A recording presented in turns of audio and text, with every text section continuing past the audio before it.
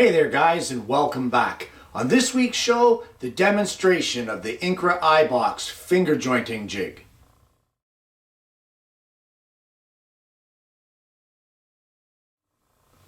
For today's demonstration, we're only going to be using plywood, and you want to prep your stock first. So what you need in your mind is the size of the box that you want to make, let's say. And in today's case, my box is going to be 4 inches long and 3 inches wide.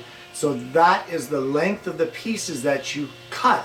Because they fit together so cleanly like that, as far as the finger joint goes, your length of your boards is the actual length of the box, provided that the joint is done correctly. So with that being said, get all your stock prepped up, and then once you get it cut to its finished sized pieces, then we can head over to the table saw. Just for a quick point, we have our length pieces of 4 inch, our other pieces of 3 inch, and we have a spare piece. The spare piece is for testing, so it wouldn't hurt to have one extra piece of the same width and thickness as what you're going to be making your box out of. Well, we're going to be doing this setup as if we just brought the iBox here to the table saw for the first time. And the first step that you want to take is you want to get these guards out of your way to give you a clean view of the finger blades that are here. I'm going to readjust the camera so we can get a better view, but at least now we've got a full view there. And we now need to calibrate our home position or our zero position.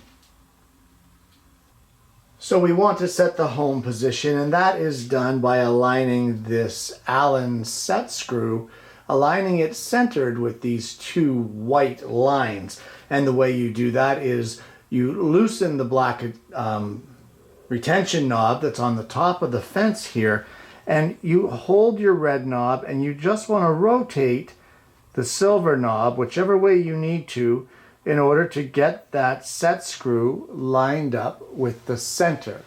And once you get that done, that step is finished. The next step that you want to do is you want to make sure that these two guide plates are together, and they're slightly apart here. And in order to adjust that, you just loosen your retention knob here and turn the red knob whichever way you need to in order to bring those two plates together. Just like that. And that now is that step completed as well. The next step is what they call KISS calibrating. Kind of a strange name, but I didn't write it. Anyway, you want to get these guide plates here to basically kiss or touch the edge of your blade. So you just line it up so that those guide fingers are by the teeth. Hold your red knob and only turn the silver knob. And you can see there, hopefully, that both knobs or both of the plates are moving simultaneously towards the teeth of the blade. So now I have it there so that it's just touching, just kissing it, just barely. And we're happy with that. We can tighten down this black retaining knob. If you have a saw stop, as I do, don't take any chances with that setup there, guys. Shut the thing off, because you'd hate to blow the mechanism by some fluke happening. So anyway, there's your public service announcement. On to the next step. Now we need to move our finger guides away from our blade now that we've set the calibration on it. So loosen your retaining knob and just turn the red knob until your fingers, your inside finger here, is about 1/8 of an inch away from the blade. Now you're going to notice that these silver blades are opening up as well, and that's okay, they're supposed to. So we're just going to go to about right there, about 1/8 of an inch away from the blade. Next, you want to adjust these stock ledges, and what these are for is to support your stock as you're cutting. So you want to get it about 1/8 of an inch away from the blade there, making sure you have plenty of clearance, especially with a saw stop. You don't want to set off your mechanism. And then as well on this side, you want to go about 1/8 of an inch from this plate to that pin, just like that. And that'll provide plenty of support for your material as you're working on your finger joints. With those adjustments done, tighten down your black retaining knob here, and we just want to check, run it through to make sure that blade contacts absolutely nothing. And lucky for us, it contacts nothing. You now want to set the height of your blade, and for that, again, with the saw still off, just raise your blade cutter, hold your piece of stock that you're using onto your stock plates here, and raise that cutter up until it's just slightly above the stock that you are cutting.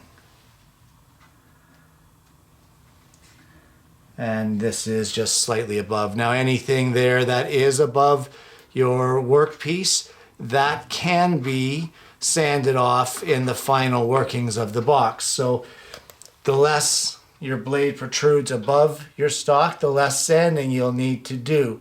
So I'm going to try to get it as close as I can there. There we go. Just like that.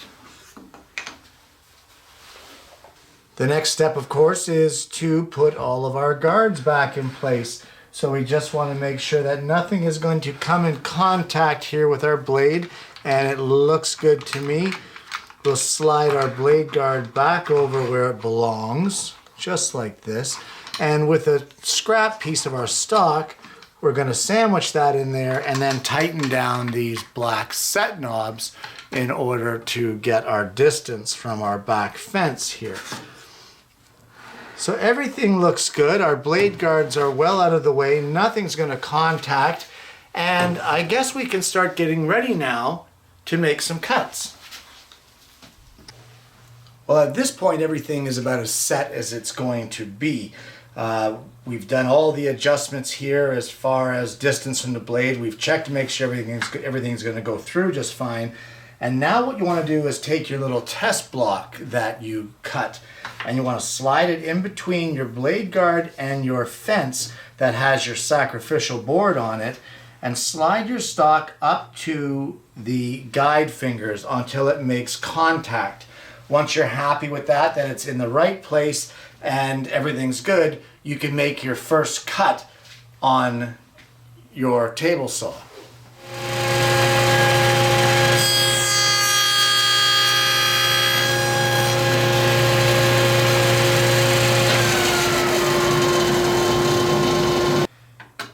Next thing we want to do is to loosen the screws that hold down the left plate. As well, we'll loosen one of these knobs here just so that we can slide this a bit to get a good visual. And although it's hard to see, I will show you in just a minute. You then want to place your stock down over top. That groove that you just cut, you'll place it down over top and then rotate the red knob until the pin plates separate enough to make that a snug fit. Now you don't want it to be too snug, but you do want it to be snug enough.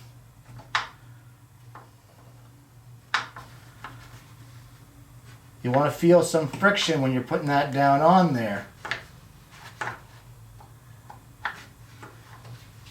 There we go. I think I've got it just about there. I'm happy with that. And now we can shift our fence and that sort of thing back to where it was with the 1/8 away from the pins, the guide pins, and then we can place this back in and reset this black hold down knob. Now it's time to get our actual stock for our box, and all I've done is put them together and drawn a line across all of one side. That basically is a reference to all of our cuts that we're going to have coming up. So the first thing that you want to do is you want to take one of your sides, whether it be your length or whether it be your width. I'm going to do the length, or the front and the back of the box. So we'll put the other pieces aside, and we're going to start with these. And what you want to do is that marking that you put on there, you want to bring that in, slide it towards the guide pins until the edge of your stock lines up with that guide pin, and then make your cut.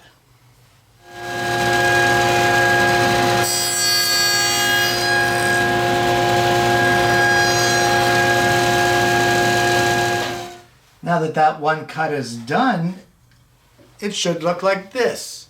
And you can see there that we have the one notch. Now we calibrated that with our test piece. So this notch should now fit directly over those fingers. And once you get that over the fingers, make your next cut. Then move it over one, make your next cut, etc., until you get all the cuts done on that one side.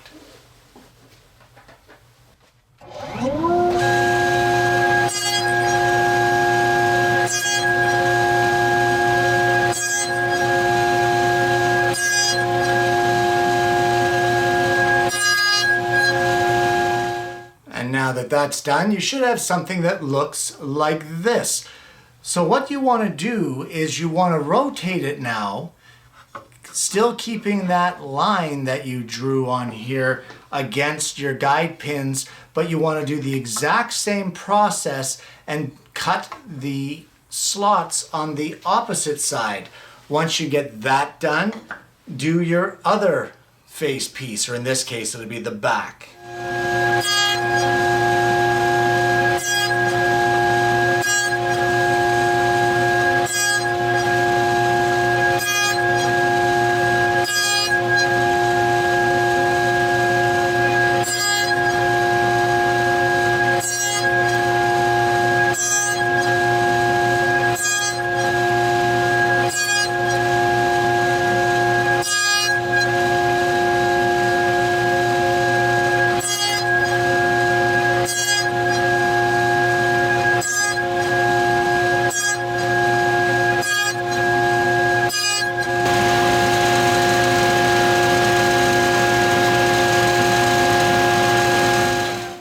Now that you have that cut, your next step is to take this piece and place it on the pin side support. And we want to place it on there with our marked edge facing towards the pins. You want to take your first notch that you've cut here and place that over top of the guide fingers. And once you get that in place, take your stock that you haven't cut yet for the sides of the box. Your marked side will go towards the other marked side, and once you get that piece butted up against your original cut face pieces, clamp it in place and remove this piece here that you've cut. Now you can follow through with this cut, and then it's the same process, moving it across the guide finger, making sure that it's properly seated in there, and you can cut both of your sides here.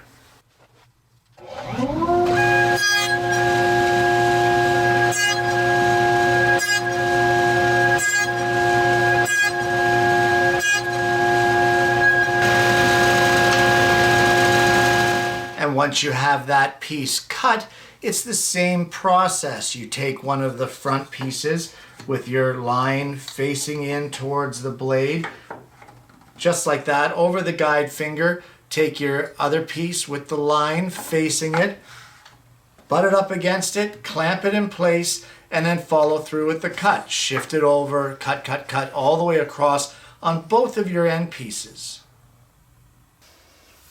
Well, if everything went well, you will have 4 pieces that look similar to this. And it's just a matter of assembling them now. With the lines that you put at the end of the stock, they all go up. So, or down, whichever. I mean, as long as they all face the same way. And then our box just goes together. Now, we didn't do anything with a bottom for this, or a dado for the bottom or anything like that, because this was just basically a demonstration of the jig and showing you the kind of results that you get with it. There we go.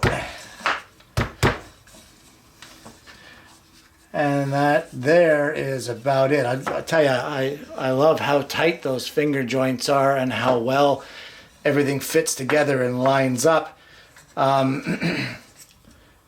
There was some adjustment that needed to be done. To be honest with you, my initial cut pieces that I did not fit together. And I'll just show you here what it is that you need to adjust. And it's this little silver knob here. Now that, if you remember the phrase lefty loosey, righty tighty, as in screwing in a light bulb, the same thing applies here. Lefty or counterclockwise will loosen the joint, and clockwise or righty will tighten that joint. So don't be afraid to play with it. And in all honesty, where I said to have one scrap piece, have a few to do some test joints, just in case you don't get it on the first shot. I mean, for me, this was the second shot, so not bad. I'm not going to complain about it, but it does give a really, really good results when it's done properly. So there you go. So just for the record, each one of these lasered in markings on the red knob is actually an index mark, and every time that you turn, if you look on the silver knob there, you'll see a black line that is lasered into that. Each one of those increments on the red knob, as you turn the silver knob, kind of like turning the volume button, each one of those increments is 1/1000th of an inch, or 0.001 inches.